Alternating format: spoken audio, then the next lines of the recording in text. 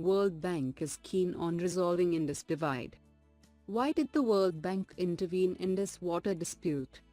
What are the salient features of Indus Water Treaty? Has there been any violation of treaty? Is India welcoming the World Bank's intervention? And why?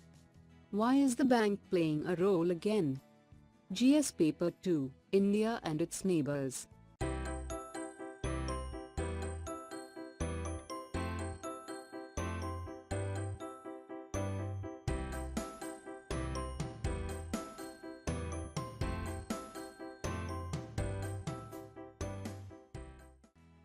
What is the context about? In a recent visit to India and Pakistan, World Bank CEO reiterated that the bank was keen on resolving the disagreements between the two nations over the interpretation of the Indus Water Treaty, IWT.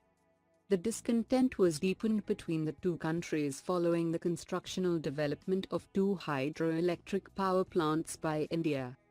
Though the two nations have had no fresh conflict over the sharing of river waters for more than 5 decades, differences cropped up after Pakistan opposed the construction of the Kishan Ganga, 330 megawatts, and Ratle, 850 megawatts, power plants by India on the Jhelum and Chenab in Jammu and Kashmir, over which Pakistan has unrestricted rights under the treaty. Why did the World Bank intervene in this water dispute?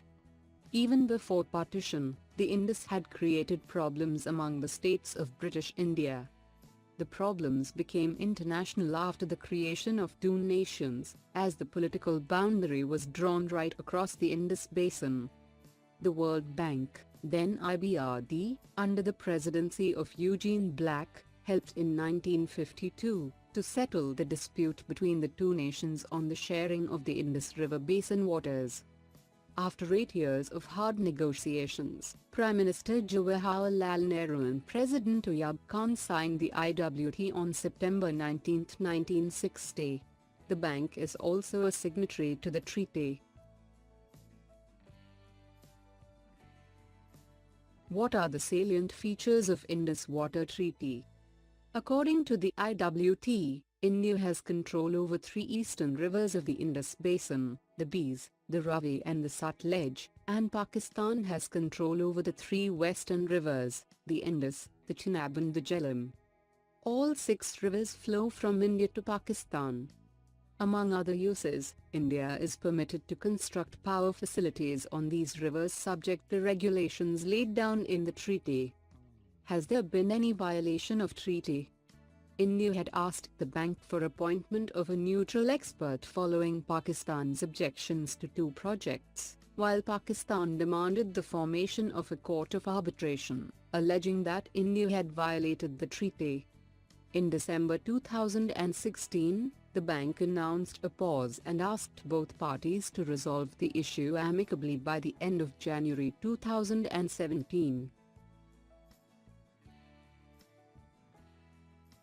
Is India welcoming World Bank's intervention?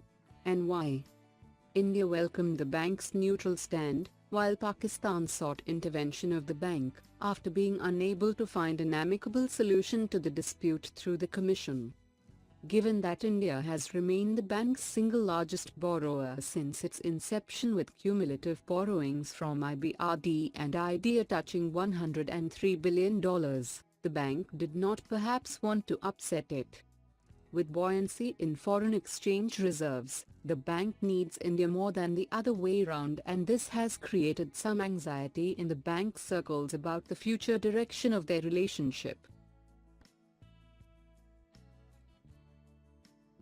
Why is the bank playing a role again? This is because India and Pakistan are important partners and clients of the bank. In South Asia, Pakistan, $2,280 million, received the highest lending from the bank after India, $3,845 million, during the fiscal 2016. Moreover, there are not too many borrowers with a credible record like India. The bank maintained its aid could be effectively used if both nations kept the peace and ensured better management of the waters, on which lakhs of farmers depend.